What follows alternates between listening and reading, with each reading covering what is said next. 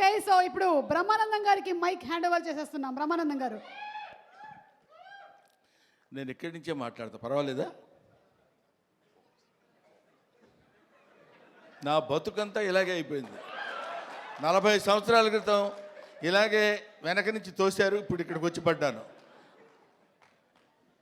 ఇప్పుడు ఏంటి ఒక్కొక్కళ్ళు ఎంతసేపు మాట్లాడుతున్నారో అనుకున్నా. నేను ఎంతసేపు మాట్లాడతానో నాకు తెలియదు. ఎందుకంటే నా వెనకున్నది, నా ముందున్నది, నా పక్కనున్నది, నా చుట్టూ ఉన్నది మా చిరంజీవి గారు. కాబట్టి ముందు గుర్తుపెట్టుకొని చెప్పాల్సిన కొన్ని మర్చిపోయినా పర్వాలేదు, కానీ గుర్తుపెట్టుకొని చెప్పాల్సిన విషయాలు కొన్ని ఉన్నాయి. ఈ సినిమాకి ప్రొడ్యూసర్ మిస్టర్ రాహుల్ యాదవ్. ఈయన వచ్చి నాకు స్టోరీ చెప్పినప్పుడు నేనేమన్నాను, వాళ్ళు ఏమన్నారని అందరూ చెప్పారు. అర్థం కాకుండా మా డైరెక్టర్ గారు కూడా చెప్పారు, ఏ మాటగా మాటే. కానీ మేమందరం కలిసి కూర్చుని చేసేటప్పుడు ఒక ప్యాషన్ ఉన్న ప్రొడ్యూసర్. జనరల్గా ఊరికే ఏదో డబ్బు ఇచ్చేసి సినిమా చేసేయండి అనటం కాకుండా, సినిమా ఇలా తీస్తే బాగుంటుంది, ఇలా ఉంటే రాత్రి 7:30 వరకు, ఇవాళ మార్నింగ్ 7:30 వరకు కూర్చుని పనిచేసినటువంటి అతి తక్కువ మంది కుర్ర ప్రొడ్యూసర్స్లో నేను చూసింది రాహుల్ యాదవ్ని. I feel proud. అటువంటి అంటే కొంచెం చదువుకుని దాన్ని ఆకళింపు చేసుకుని మంచి సినిమాలు తీయాలనేటువంటి ఆలోచనలో ఉన్న ప్రొడ్యూసర్స్లో రాహుల్ యాదవ్ ఒకడు. ఆ తర్వాత డైరెక్టర్ నిఖిల్ తను ముందు అసలు ఫస్ట్ ఒక 3 days నన్ను, ఇంకా ఇదిగో ఇప్పుడు మన రఘుబాబు లాంటి వాళ్ళను, లేకపోతే ఒక రాజీవ్ కనకాల లాంటి వాళ్ళను చూసినప్పుడు ఒక చిన్న, అంటే నేను వీళ్ళని డైరెక్ట్ చేస్తున్నాను అనే దాని నుంచి ఒక 3 days కొంచెం తప్పుకోవడానికి కష్టపడింది. ఎందుకంటే వెరీ వెరీ గుడ్ బాయ్, దానితో పాటు వెరీ ఇంటెలిజెంట్ బాయ్. లేకపోతే ఇంత కథ ఈ రకంగా రాయగలిగినటువంటి కెపాసిటీ సామాన్యంగా ఉండొచ్చు. ఇది తాత మనవడు గురించి చెప్పేది. ఒక మాటలో చెప్పాలంటే, with the permission of the producer, ఒక మాటలో చెప్పాలంటే ఒక బేవర్స్ తాత, ఒక ఎడమెంట్ గ్రాండ్ సన్, వీళ్ళిద్దరూ వాళ్ళ జీవితాల్ని ఒక చోట నిలబెట్టుకుని, ఒక చోట కలుసుకుని, ఇద్దరు very good grand father and very good grand son అనే స్థితికి అందంగా తీసుకొచ్చినటువంటి స్టోరీ ఇది. తర్వాత ఇది వ్యాలంటైన్స్ డే రోజున రిలీజ్ చేస్తున్నాం అన్నారు. వ్యాలంటైన్స్ డే అంటే ప్రేమికుల దినోత్సవం. ప్రేమికులు అనగానే మనం వెంటనే టీనేజ్లో అమ్మాయిలు అబ్బాయిలు ప్రేమించుకోవటాలు అనేది అది కామన్ పాయింటే. ఒక తాత మనవడు ప్రేమించుకోవటంలో కూడా ప్రేమ ఉంది. ఒక తండ్రి కొడుకు ప్రేమించుకోవటంలో కూడా ప్రేమ ఉంది. ఇలాగా ఒక స్నేహితుడు మధ్య కూడా ప్రేమ ఉంటుంది. అది ప్రేమ ఈజ్ యూనివర్సల్. అది రేపు తాత మనవడిద్దరి మధ్య ఉన్నటువంటి ప్రేమ గురించి చెప్పే రోజున February 14th ఈ సినిమా రిలీజ్ అవుతుంది. సినిమా చాలా అద్భుతంగా ఉంది. నా మాట వినడం చూడండి, అమ్మతోడు మీరు నమ్మండి సార్, నా మాట వినడానికి బతిమిలాడటం కాదు. సిన్సియర్గా సినిమా బాగుంది అని అబద్ధం చెప్పకుండా చెప్పేటువంటి స్థితి నాకు నా సినిమా చూసిన తర్వాత కలిగింది. అందువల్ల మీ ముందు చెప్తున్నాను. ఆ తర్వాత ఈ సినిమాలో నాకు గురువు, దైవం, ఆద్యుడు, నీ పేరు చెప్తాను అనుకుంటున్నావు కదా నువ్వు? చిచ్చి, నీ పేరు ఎందుకు చెప్తాను నేను? వెన్నెల కిషోర్. అతను ఇందాక ఊరికే కావాలండి కామెడీగా అన్నాను కానండి, మనిషి చాలా, అంటే ఎక్కువసేపు ఆయన కామెడీ చాలా బాగా చేస్తాడు, ఈ సినిమాలో అద్భుతంగా చేశాడని చెప్పడం కంటే, ఈ కథ ముందు రాహుల్ యాదవ్ గారు ఆయనకు వినిపించారు, హీరోగా ఉండండి మీరు చేయండి అని.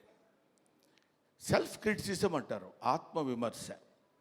ఆ కథ నేను విన్న తర్వాత అతను, నేను లాభం లేదండి ఈ సినిమాలో నేను ఆ క్యారెక్టర్ చేయలేను హీరోగా. అది హీరోగా చేయగలిగింది తాత మనవడుగా, తండ్రి కొడుకులుగా ఉన్నటువంటి వాళ్ళు తాత మనవడుగా చేస్తే చాలా బాగుంటుందని ఆయన మిత్రుడు గౌతమ్ గారి పేరు ప్రపోజ్ చేసి తీసుకొచ్చినటువంటి వ్యక్తి మిస్టర్ వెన్నెల కిషోర్. సో ఇంత మంచి మనసుల యొక్క కలయిక చేత ఏర్పడినటువంటి ఒక అద్భుతమైన సినిమా ఇది అని నేను చెప్తున్నాను.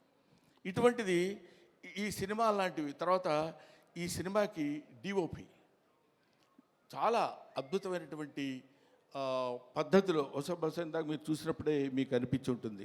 డిఓపి గారు కానివ్వండి, ముఖ్యంగా music director Sandilya, I love him.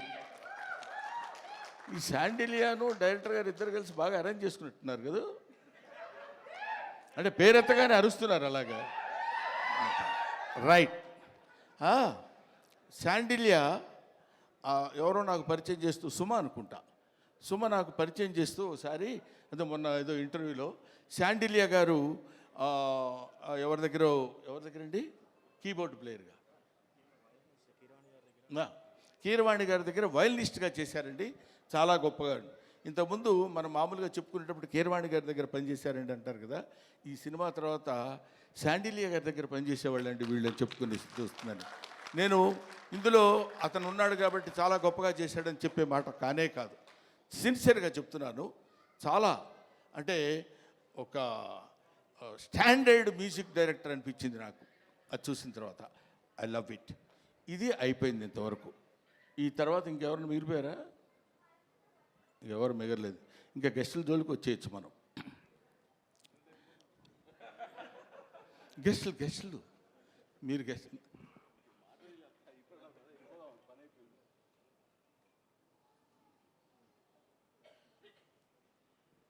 అది ఇప్పుడు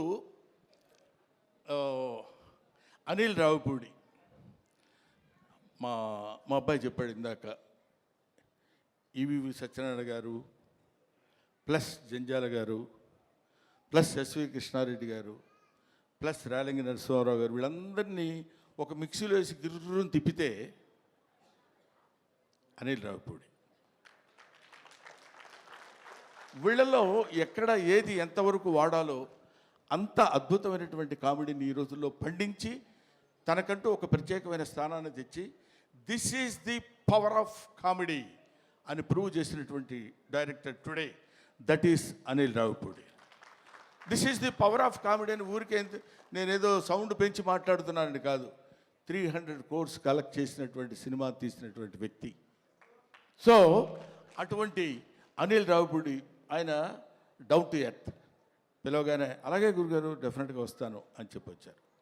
ఆ తర్వాత మనందరం తెలుసుకోవాల్సినటువంటి వ్యక్తి, మనకి ఆదర్శప్రాయమైనటువంటి మనిషి అని అనొచ్చు, అనటానికి పెద్ద ఏమీ ఇబ్బంది పడాల్సిన అవసరం లేదు, నాగ అశ్విని గారు. ఆయన కల్కి సినిమా డైరెక్టర్.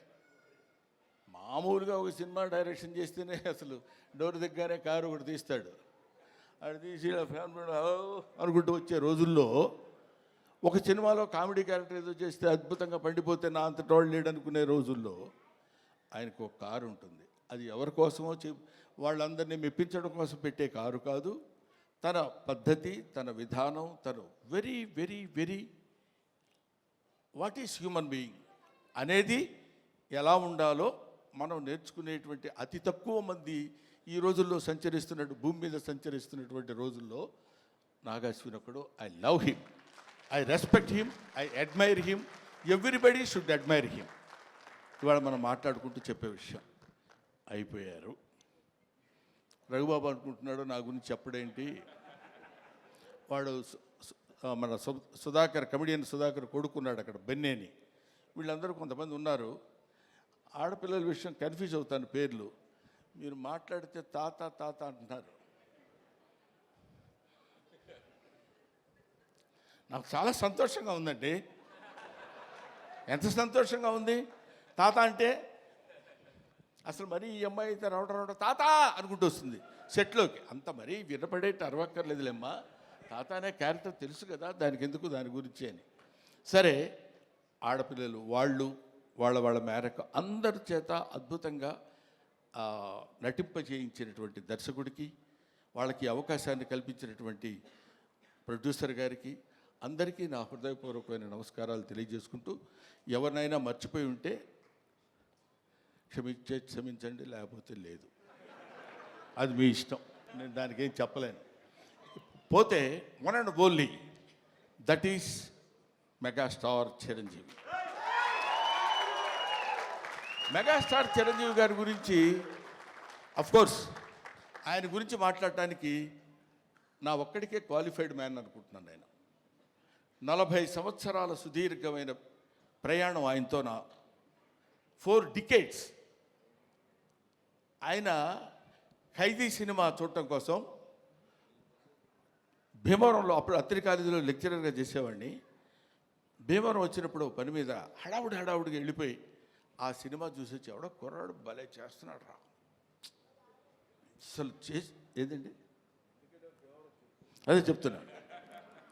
భీమవరం నేను అత్తిలి అంటే ఒక it's neither village Nar A town కావాలనుకుంటే కొంచెం సిటీ లాంటి ప్లేస్ కావాలనుకుంటే భీమవరం వెళ్ళేవాళ్ళం. అప్పుడు నా మిస్సెస్ ప్రెగ్నెంట్గా ఉంది. ఏంట్రా ఎక్కడ నేను గబుక్కుని ఎవరినో చూపించినట్టు ఉన్నప్పుడు తన్ని తీసుకుని భీమవరం వెళ్ళి భీమవరంలో చెకప్ చేయించుకొని అది పాజిటివ్ వచ్చింది అనగానే గబ పరిగెట్టుకుంటూ ఆవిడని లాక్కుని ఆల్మోస్ట్, ఎందుకంటే ఆ సినిమాలో ఫస్ట్ ఫైట్ బిగినింగ్లోనే ఫైట్ ఉంటుంది, ఇది ఖైదీ ఫైట్. అంతవరకు అట్లాంటి ఫైట్ చూసిన వాళ్ళు లేరు. ఇవాళ చిరంజీవి గొప్పోడయ్యాడు, చిరంజీవి చాలా గొప్పోడయ్యాడంటే హీఈస్ ది ట్రెండ్ సెట్టర్.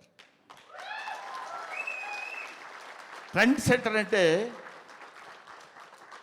మనం to be frank with you, fights అంటే ఒక రకంగా చూసినటువంటి వాళ్ళం, ఇదేంటి ఇలా కూడా ఫైట్స్ చేయొచ్చా, ఇలా కూడా చేస్తారా అనేటువంటి ఒక దిగ్భ్రాంతిని కలిగించినటువంటి ఆనాడు ఒక ఫైటర్, ఒక ఫైట్ మాస్టర్స్కి ఈయనకి ఏం చెప్పాలి అనేటువంటి ఆలోచనలో పెట్టినటువంటి వ్యక్తి చిరంజీవి గారు. ఆ రోజు ఖైదీ నుంచి ఈ రోజు వరకు ఆయనతో ఎన్నో ఎన్నో ఎన్నో ఎన్నో సినిమాలు చేశాను. అది పక్కన పెడితే ఆ తర్వాత కొంతమంది, ఇప్పుడు నేను కొన్ని ఫంక్షన్స్కి ఆయనతో పాటు అప్పట్లో ఘరానా మొగుడులో అది గుంటూరులో జరిగింది, 100 days ఫంక్షన్ గుంటూరులో జరిగితే మొత్తం అంటే కనుచూపు మేరకు, ఇప్పుడు ఇట్లా కూర్చున్నప్పుడు ఇది ప్యాంటు ఇది షర్టు ఇట్లాగా కనపడేది కదా, అలా కనపడలే. ఇక్కడి నుంచి చూస్తే అన్ని తలకాయలు అలా అలా అలా కదులుతున్నట్టున్నాయి, 1 ఎకరం 2 ఎకరాలు. అది Chiranjeevi charisma on the stage. అది నేను చూశాను కాబట్టి నేను ఒక్కడే ఆ విషయం చెప్పగలను. అది ఆయన కారులో లక్కీగా ఏంటంటే అప్పుడు బ్రహ్మానందం చిరంజీవి గారికి చిన్న అల్సేషన్ డాగ్లా ఉండేవాడు. అంటే ఆయన రక్షిస్తాడని కాదు, ఆయన కారు ఎక్కితే గబుక్కని డాగ్ కూడా ఎక్కి కూర్చుంటుంది. అది Brahmanandam place on those days. అక్కడి నుంచి ఆయన ఎక్కిన బస్సులో బెజవాడలో స్టే చేసి గుంటూరు వరకు వస్తున్నప్పుడు బెజవాడ నుంచి గుంటూరు వరకు జనం బస్సు పక్కన ట్రైన్స్లో దాన్ని ఏమంటారు మోటార్ సైకిళ్ళ మీద వాటి మీద వీటి మీద వెనక ఏమైనా అయిపోతామేమో అన్న భయం కూడా కలిగే రోజుల్లో అది ఆయన చరిష్మా. కాలు కదిపితే 2 రాష్ట్రాలు, ఇవాళ 2 రాష్ట్రాలు, ఒకప్పుడు ఆంధ్రప్రదేశ్ గిల్ల గిల్ల గిల్ల గిల్ల కొట్టుకునేది. చిరంజీవి డాన్స్ అంటే ఇది కదా చిరంజీవి డాన్స్ అని అనుకునేవాళ్ళు. డాన్స్ సాంగ్ చెయ్యటం అంటే that credit goes to Chiranjeevi only, one and only. ఆ తర్వాత ఫైట్స్, తర్వాత కొన్నాళ్ళు మాకు భయం వేసింది, మా బొచ్చల్లో రాయేస్తాడేమో అని. అంత బాగా కామెడీ చేస్తాడు ఆయన. అది చూడండి, అది ఏమీ ఎరగనట్టు అట్లా ఫేస్ పెట్టి ఇలా అన్నట్టు, ఎంత మేమందరం సరదాగా కామెడీ సార్ ఏ కిషోర్ నువ్వు కూడా చేసినట్టున్నావు కదా, ఏముంది సార్ అన్నట్టు ఉంటుంది. కానీ మన భయాలు మనకు ఉంటాయి. అది అనేక రకాలైనటువంటి, ఇప్పుడు ఎవరు నేర్పారమ్మ ఈ కొమ్మకు పూలిమ్మని రెమ్మకు అన్నట్టు, ఎవడు నేర్పాడు ఈయనకి హార్స్ రైడింగ్? ఎవరు నేర్పాడు? ఇవాళ నేర్చుకుంటానికి వాళ్ళ ఫాదర్ హార్స్ రైడింగ్ నేర్చుకోరా అని చెప్పి అక్కడికి పంపించరా, తనే నేర్చుకున్నాడు. కొదమ సింహంలో అలా పట్టుకుని కౌబాయ్ లాగా క్యాప్ పెట్టి వెళ్ళిపోతున్నాడంటే దట్ ఈస్ చిరంజీవి. అసలు బంగారు కోడి పెట్ట అన్నప్పుడు ఇదిగో ఇది 25 years బ్యాక్ చరిత్రని ఇప్పటి వరకు మీరు గుర్తుపెట్టుకుని ఉన్నారు. That is Chiranjeevi. ఊరికే నేను చిరంజీవిని పొగట్టం కోసం నేను ఇవాళ రమ్మలేదు. ఆయన ఇవాళ యాక్సెప్ట్ చేసి ఇక్కడికి వచ్చి ఏది చేసినా అదొక అద్భుతం, ఏది చేసినా అదొక ఆశ్చర్యం. కొన్ని ఆశ్చర్యాలు మనం చేయలేం, అవి కుదురుతాయి అంతే. Wonders cannot be made, they happen. అటువంటి ఆశ్చర్యకరమైనటువంటి జీవితాల్లో జన్మల్లో ఒక జన్మ చిరంజీవి గారిది. ఇంకా చాలా చాలా చెప్తూ, అందుకనే ఆయన్ని ఊరికనే చాలా గొప్పవాడండి చాలా గొప్పవాడని కాకుండా కారణ జన్ముడు అనటానికి రీజన్ అది. ఇటువంటి కారణాల వల్ల పుట్టినటువంటి వ్యక్తి. ఇందాక నుంచి ఇప్పుడు ఆ అమ్మాయి మాట్లాడుతున్నప్పుడు చిరంజీవి గారు మిమ్మల్ని చూస్తే అని కళ్ళ నీళ్ళు పెట్టేసుకుని ఆ యాంగ్జైటీ, ఎక్సైట్మెంట్ నేను చూశాను చాలా చోట్ల. ఆయన పక్కనే ఉంటుండేవాడు కదా, వెళ్ళినప్పుడు ఏమన్నా వచ్చేసి గడగడ పడుకుని ఇలాంటివి ఎన్ని ఎన్ని ఎన్ని ఎన్ని చూశాడు. ఆయన చూడని చరిత్ర, ఆయన చెప్పని చరిత్ర, ఆయనకి తెలియని చరిత్ర. That is Chiranjeevi. ఈరోజు చిరంజీవి గారు ఇంకొక విషయం చెప్పేసి బోరు కొడుతున్నారా అనిపించుకోవడం కోసం చెప్పా. ఇంకో విషయం ఏంటంటే, నేను కింగ్ ఇండియన్ సినిమా కాదు, కింగ్ ఆఫ్ వరల్డ్ ఫిలిం ఇవాళ కాదు. నేనేదో ఊరికనే మీరు ఇండియా అన్నారు కాబట్టి నేను వరల్డ్ అందామని కాదు. ఇలాంటి మూమెంట్స్ కొన్ని లక్షల మూమెంట్స్ చేశాడు. ఊరికే చిరంజీవి గారి గురించి ఇంకా ఎంతో గంటలు గంటలు గంటలు గంటలు చెప్పినా సరిపోదు. ఒక్క విషయం చెప్తున్నా, మొన్న ఈ మధ్య వచ్చినటువంటి Guinness book of world record గురించి. ఒక సాంగ్లో కొన్ని మూమెంట్స్ ఉండాలి. అలాంటి మూమెంట్స్ ఇప్పుడు మీరు ఒకసారి చిన్నపిల్లలే ఉంటే గుర్తుంటుందో లేదో తెలియదు కానండి, రగులుతుంది మొగలి పొద, ఆ పాటలో బా ఏంటిది బాడీయా లేకపోతే ఏదన్నా ఒక రబ్బర్ ఇదే అనేటువంటి స్థితిలో ఆ సాంగులో ఉన్న మూమెంట్స్ మాత్రమే మనం చూసి కౌంట్ చేసుకోగలిగాం. ఒక్కొక్క మూమెంట్ ఓకే చేయడానికి ఆ కొరియోగ్రాఫర్ ఎన్ని టేక్స్ చేస్తుంటాడో ఆలోచించండి. హీరోయిన్ తప్పు చేసినా చేయాలి, ఆయన తప్పు చేసినా చేయాలి, పొరపాటు జరిగితే చేయాలి. అలాంటిది ఒక్కొక్క పాటలో కొన్ని 500 సార్లు 1000 సార్లు రిహార్సల్ చేసి ఉంటాడు ఆయన. అలాంటి పాటలు ఎన్ని సినిమాల్లో చేసి పాట, డాన్స్, కొరియోగ్రఫీ అంటే చిరంజీవి.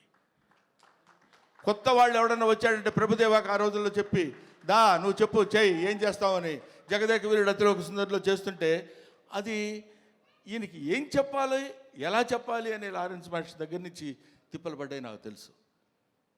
అటువంటి చిరంజీవి గారి గురించి ఇంకా చాలా చాలా చెప్పచ్చు.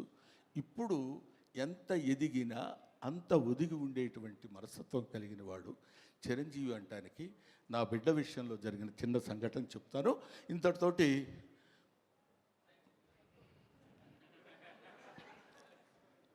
నేను ఈ సినిమాకి చీఫ్ గెస్ట్గా